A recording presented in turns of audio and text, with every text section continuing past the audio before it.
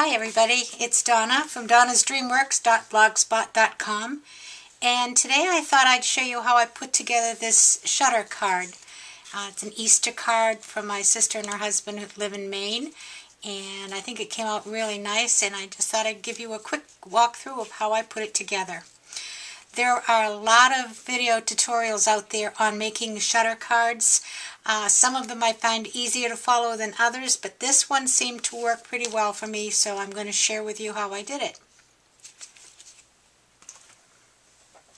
Before I start, I needed to show you, I know I've talked about it before, but this is the paper pack that I got the papers for this card out of.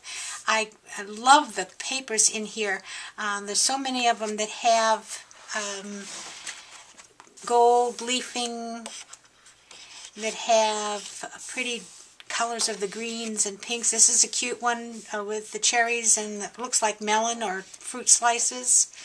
Florals. Again, there's some gold here. Look at the huge gold flowers here. Beautiful layout pages. That's cute. Look at this one. That reminds me of an oriental theme. You could do a lot with that. And what's nice about this block of paper is it also comes with 2 pages of punch-out stickers and tags that coordinate. All kinds of good sayings. There's some little cherries that would go with that cherry paper and some more fruit slices.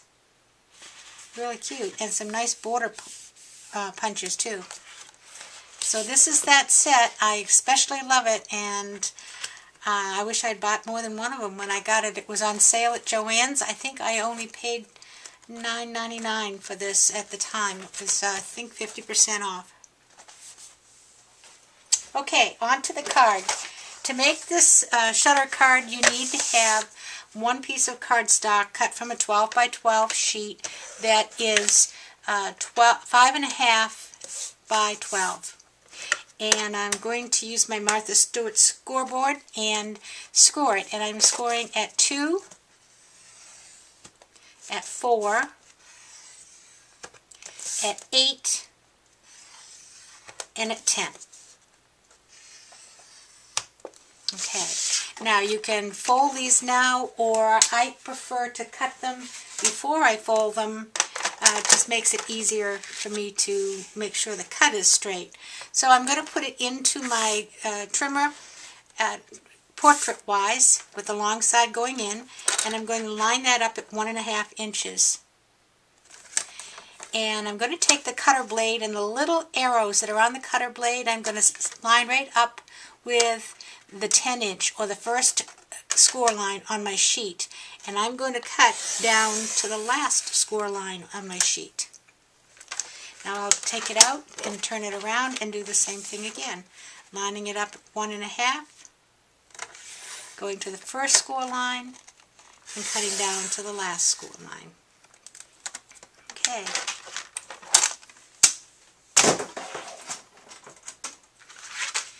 Now we're going to begin to fold. I'm going to fold a valley fold card.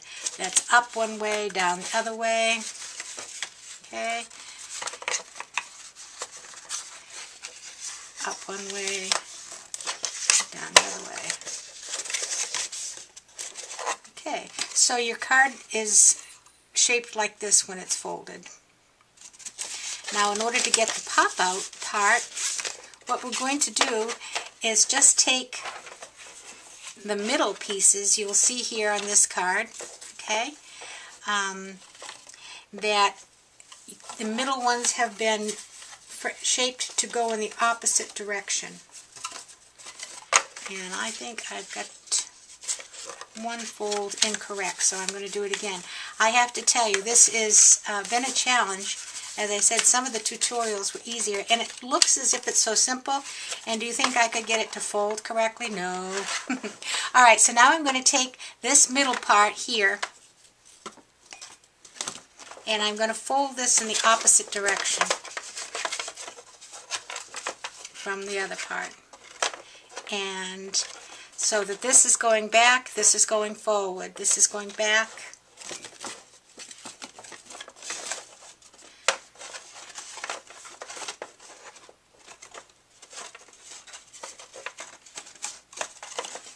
Okay, I'm going to get it. Hold it, hold it, hold it. Okay, this is going back, and this is going forward. And this is going back. Okay, so now you have, get out of there, so now you have a card that looks a little bit like an accordion. And when it shuts right up to an A2 size card. Okay, let me just show you quickly those folds once again because I kind of messed it up in the middle. I went down, up, down, and up. And then I took the middle and I came forward where it was going back, and I went back where it was going forward. And it makes the card pop out as a shutter. Okay, now I have already cut my pattern pieces. Otherwise, we'd spend the afternoon just watching me trim paper. But let me show you what I did. I made myself a little template here. It's just a piece of paper that I cut the same as I would be doing the card. And I marked all of these sections the size of the cardstock I was going to use for the initial mat. In other words, this is already 1/4 inch smaller than the section that's going to go on. That way it made it easier for me to just cut all of the pieces, and then when I went to cut the pattern paper, I would go another 1/8 of an inch smaller on all dimensions. I only went 1/8 of the inch because I really want the paper to be the showplace and not the cardstock. So these are the mats that are going to go on here.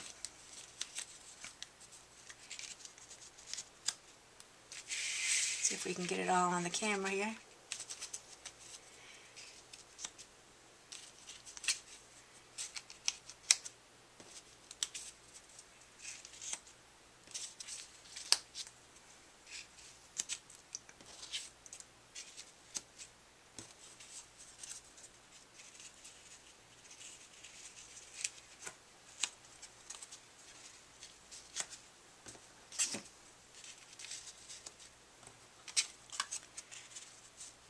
There, okay? So let's just start getting them adhered down.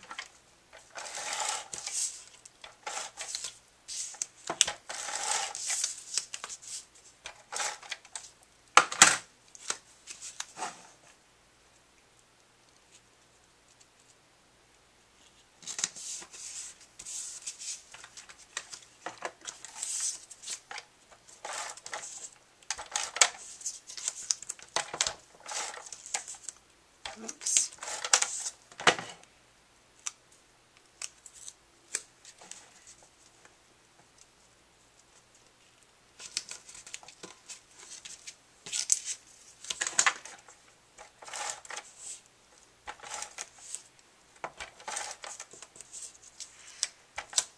The little ones are a little difficult to do with the ATG gun because it's hard to find a place to hold your fingers, but it'll work.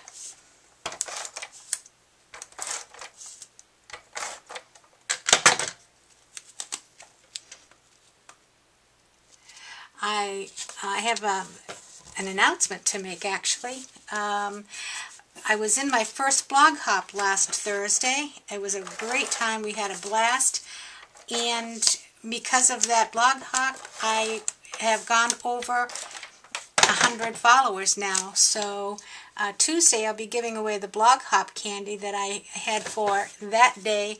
But then I will be doing another giveaway in honor of having 100+ followers. So thank you everybody who has clicked to follow my blog. I really appreciate it. And I love the comments. It's very good to hear what other crafty people do and say about what the projects are that you're making.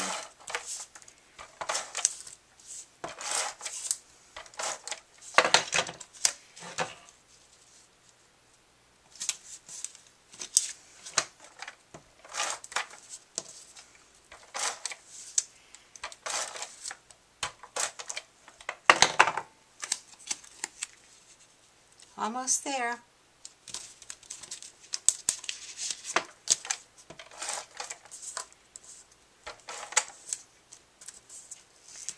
Well, get over there. And you know, I forgot one thing. I wanted to put some ribbon on this piece before I put it down, so I think I can get it up all right. I did. Okay. I have some green ribbon here, and the card I did before had 1/4 inch ribbon, and I really thought I wanted to have it a little bit wider, so this is about 1/2 inch.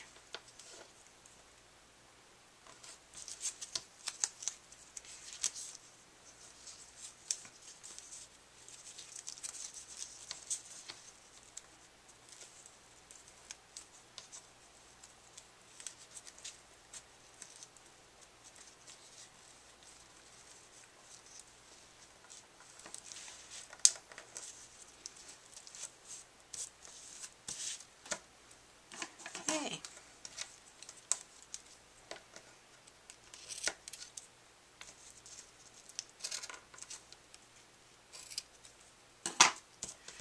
Okay, now let's try putting that down again. And add a little more ATG just to make sure it stays down. There we go.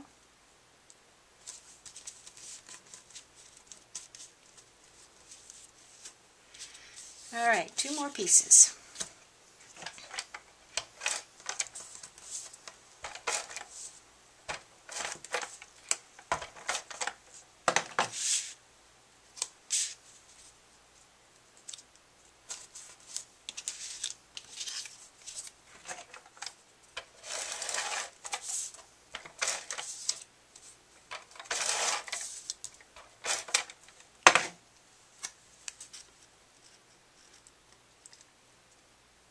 This card looks to me nice and springy, which is a nice card to have this time of year when we're finally going to get some warm weather for you guys in the north, because I live in Florida, so it's warm here all the time. And there you go. It closes up nicely.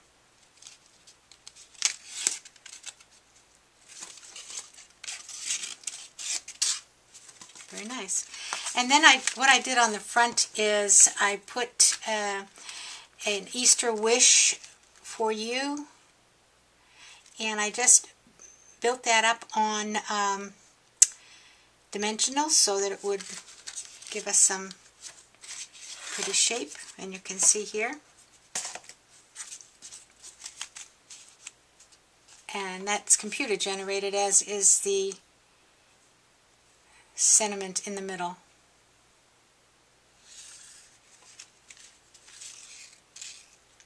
Very good.